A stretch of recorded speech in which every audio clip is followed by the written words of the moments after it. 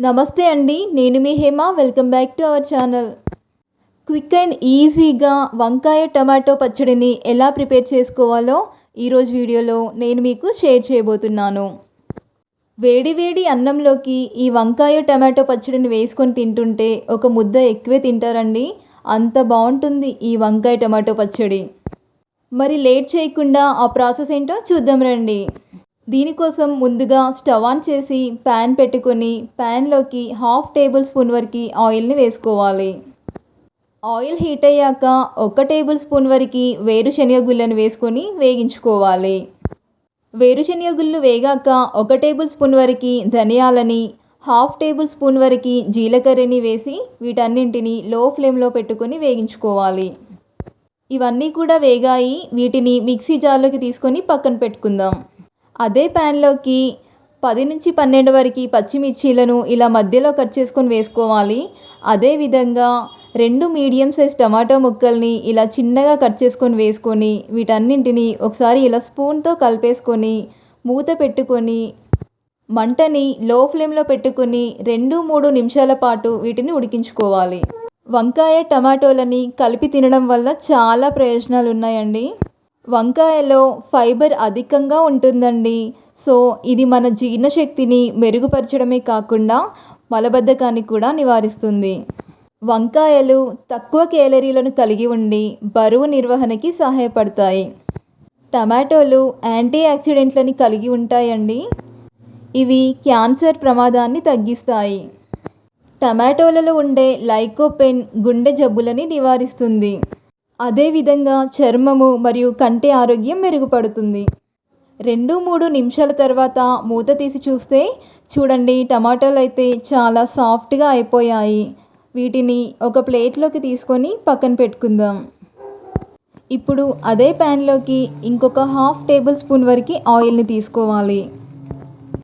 నేను ఈ వంకాయల్ని ఒక 1/4 కేజీ వరకు తీసుకున్నానండి. నేను ముందుగానే ఈ వంకాయల్ని ఇలా రౌండ్గా కట్ చేసి పెట్టుకొని ఒక బౌల్ తీసుకొని అందులోకి కొన్ని వాటర్ని వేసుకొని కొంచెం సాల్ట్ని వేసుకొని ఈ వంకాయలన్నింటిని కూడా అందులో వేసుకొని పక్కన పెట్టుకున్నాను. ఆయిల్ హీట్ అయ్యాక ఈ వంకాయలన్నింటినీ ప్యాన్లోకి వేసుకోవాలి.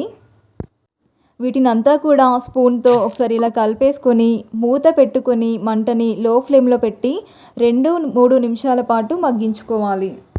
2-3 నిమిషాల తర్వాత మూత తీసి చూస్తే చూడండి, వంకాయలు అయితే చాలా సాఫ్ట్గా అయిపోయాయి. ఇందులోకి కొంచెం కొత్తిమీరని కాడలతో సహా తీసుకొని మగ్గించుకోవాలి. మనం ముందుగా వేగించి పక్కన పెట్టుకున్న వేరుశనగ గుళ్ళు, ధనియాలు, జీలకర్రని గ్రైండ్ చేసుకోవాలి. ఈ మిక్సీ జార్లోకి మనం ముందుగా ఉడికించుకున్న టమాటో పచ్చిమిర్చీలని అదేవిధంగా వంకాయ కొత్తిమీరలని వేసుకొని కొంచెం చింతపండుని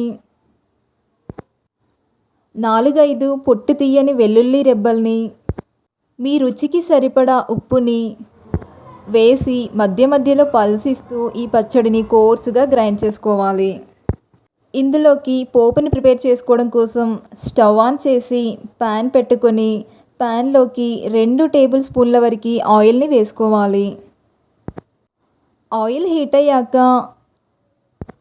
1/2 టేబుల్ స్పూన్ చొప్పున జీలకర్రని, ఆవాలని, శనగపప్పుని వేసి ఇవి చిటపటలాడాక 4-5 కచ్చా పచ్చాగా దంచిన వెల్లుల్లి రెబ్బల్ని, కొంచెం కరివేపాకుని, 2-3 ఎండుమిర్చీలని, 1/2 టీ స్పూన్ వరకు పసుపుని వేసి వేగించుకోవాలి.